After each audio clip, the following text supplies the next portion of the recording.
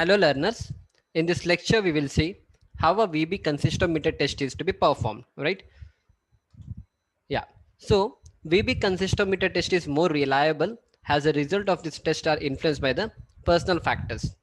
First point, right? The second is that this test is more suitable for stiff concrete mixes having low and very low workability and slump value of such mixes which we are not able to determine by the slump test, we can easily determine by Vee-Bee consistometer test, right? Because we had seen in the limitation of the slump test, it was difficult for us to understand what is the slump value for the low and very low workability of the concrete, right? And also the stiff, yeah, stiff in the sense it's one and the same, which has low and very low workability. So in that case, what we do, we try to make use of a Vee-Bee consistometer test.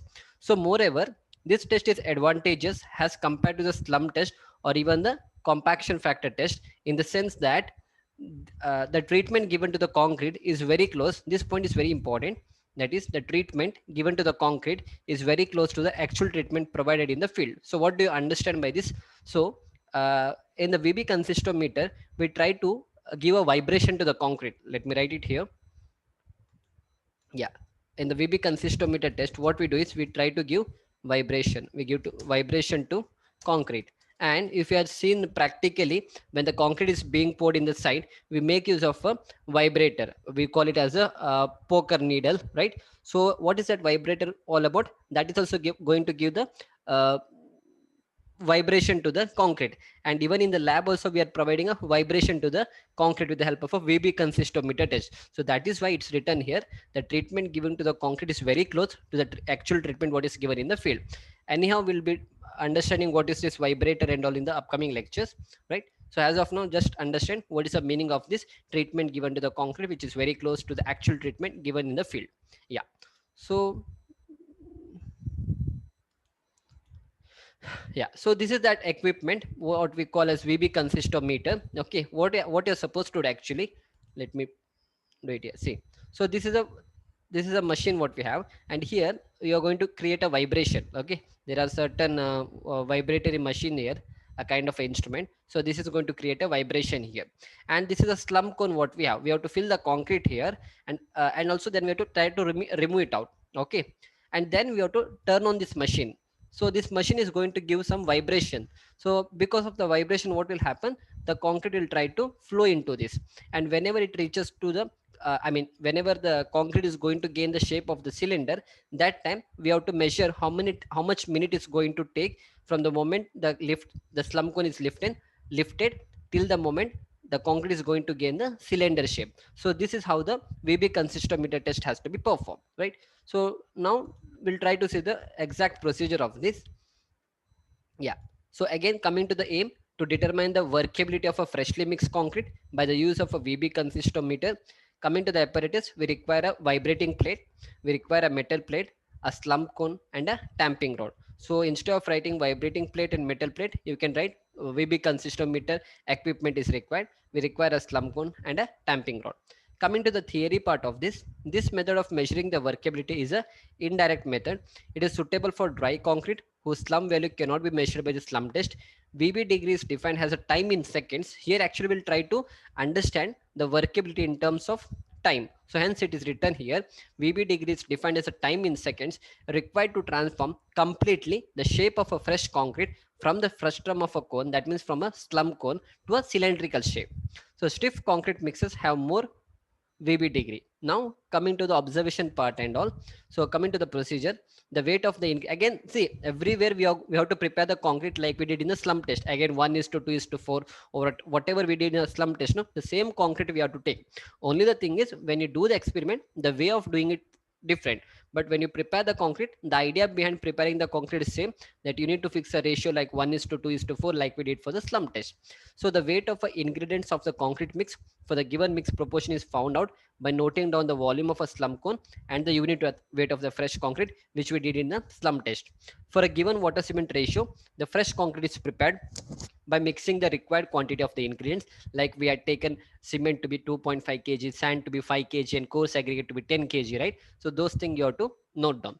Next, third point is, the concrete so prepared is filled in the slump cone again in the 4 layers, and each layer you have to give a tamping for about 25 blows by standard tamping rod of 60 diameter, and the top surface is finished. That means if there is an excess, you have to try to strike off that excess concrete. The slump cone is lifted vertically without disturbing the concrete sideways, right? Up to here, whatever point you are writing, no, whatever you are writing for the slump test, the same thing follows up to here. And after that, whatever we are going to write, the next 2 3 points, that is regarding VB consistometer test. A transparent disc of the apparatus is lowered till it touches the top surface of the concrete. So the electric vibration of the machine is switched on, and at the same time the stopwatch is started. Now to put it in a very better way, once you lift the slump cone, what you are going to do, you will switch on the machine. Okay, and when you switch on the machine, you have to switch on your time, that is a stopwatch. And once you switch on the machine, due to the vibration that is created by the machine, what will happen, let me do it here. The cone, the slump was something like this, right? The shape of the concrete was something like this. When you lifted it up, next, once you start to do the vibration, this concrete will take the shape of the container. The container is cylindrical in shape, it's going to take this shape. So till the concrete is able to take this much, I mean till the concrete is able to take this shape, you have to measure the time. Let us say you started at t is equal to 0. Okay, and now you started your stopwatch and you started your vibrating machine, and it took you around t is equal to 10 seconds. It took you around 10 seconds for a concrete to gain this shape. So the moment it gains this shape, you have to stop your watch and you have to measure what is the time that you're getting. So you're getting in 10 seconds. That's it. So this 10 second is my VB time what I've got.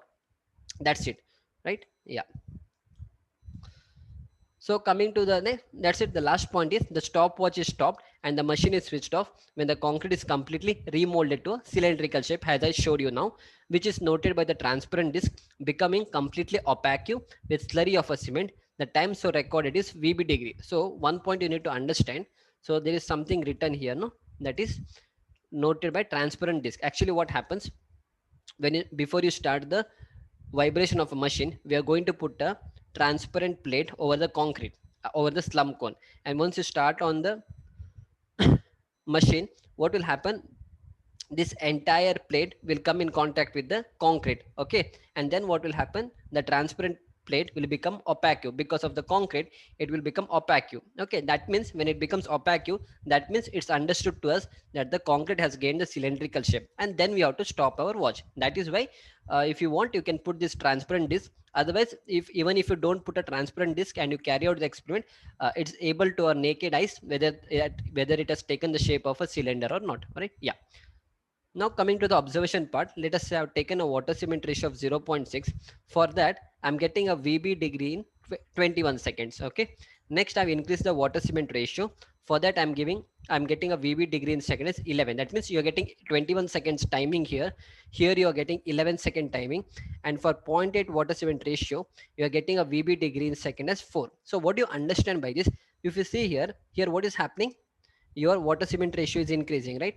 So if water cement ratio is increasing, what is going to increase? The fluidity of a concrete is going to increase. If the fluidity of the concrete is going to increase, the moment you give the vibration, quickly it's going to get settled. That means quickly it's going to gain the shape of a cylinder. That is why you can see the time is coming down, right? If water cement ratio is zero point 0.6, you are getting in 21 seconds that cylindrical shape. But if you come to 0.7, since you increase the water content, now again you are going to get that cylindrical shape quickly because you have more water, 11.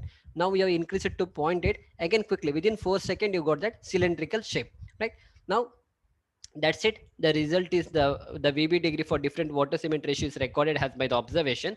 And finally, the one thing what we need to understand, no, this concrete is suitable for very dry.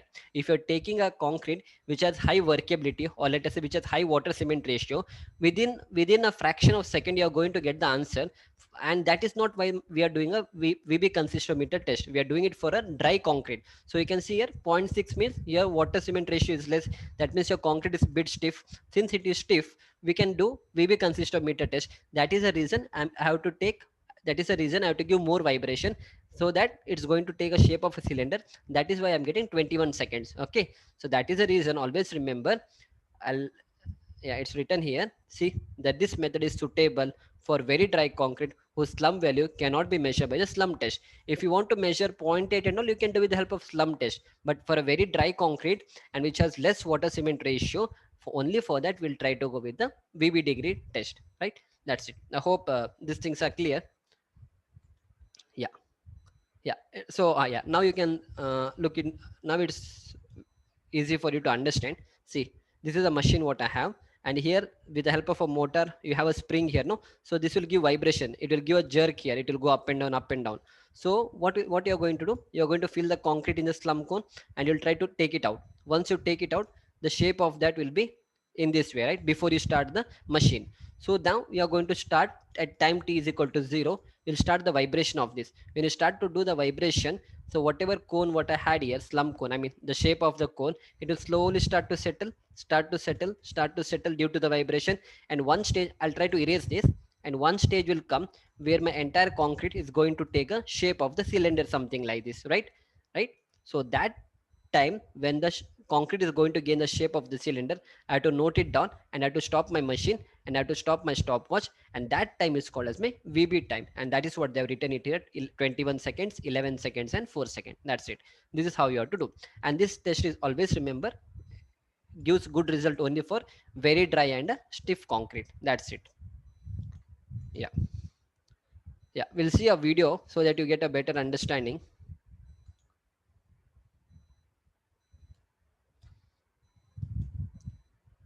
Yeah, so this is how that equipment looks. And now the same procedure you have to do like you did in the slump cone. You have to fill the concrete in the slump cone. Same thing, you have to give a tamping 25 number of times, fill it in layers. Okay. Yeah, they're filling it. I'll go forward. This is not required for us. We already seen. Yeah. Okay. Yeah, now they've filled it completely. And now if there is an excess concrete, you have to try to take it out. And now we'll lift the slump cone from here, and you'll switch on the stopwatch, and you're going to start the machine now. You're going to put the vibration. See, this is very stiff concrete, no? And now we'll start the machine. Because of the vibration, what is going to happen, it's going to take a shape of the cylinder, and that time we are going to measure. Now let us say t is equal to 0, and I've started the machine. So I've taken this shape, no? Now this shape is gained. Now I'll stop my watch, I'll measure that time. That's it. That's all about the VB consistometer test. Right, I hope this basic understanding is clear how it has to be done. Yeah, few points we need to understand, so that I'll take a different new slide. Yeah, so let me explain few points here. So only the thing is, coming to the merits, what is the merit of this? Coming to the merits of this, coming to the merits of this,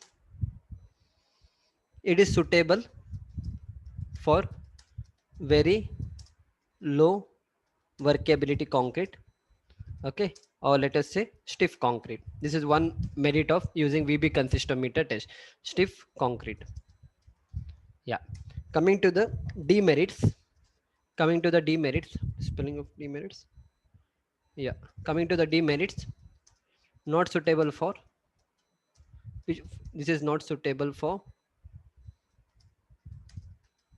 high workability concrete. High workability concrete. Why is that so? Because it has enough workability. The moment you switch on the vibration, it's going to take the cylindrical shape within 1 or 2 seconds. So that value will not help us to identify the no, that value will not help us to identify the workability of the concrete. So for that we go with the compaction factor test, or we have one another test called as flow test, that will try to see not suitable for high workability concrete.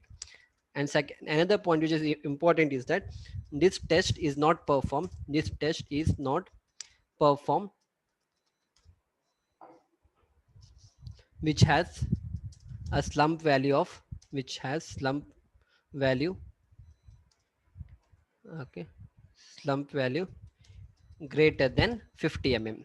If you have a slump value greater than 50 mm, then we are not going to use a VB consistometer test. If you have a slump value which is less than 50 mm, only for that case we are going to make use of a VB consistometer test. And especially for the pavement and all, we try to keep the slump in between 25 to 50 mm. In that case, you can make use of the VB consistometer test. Yeah, right. Yeah.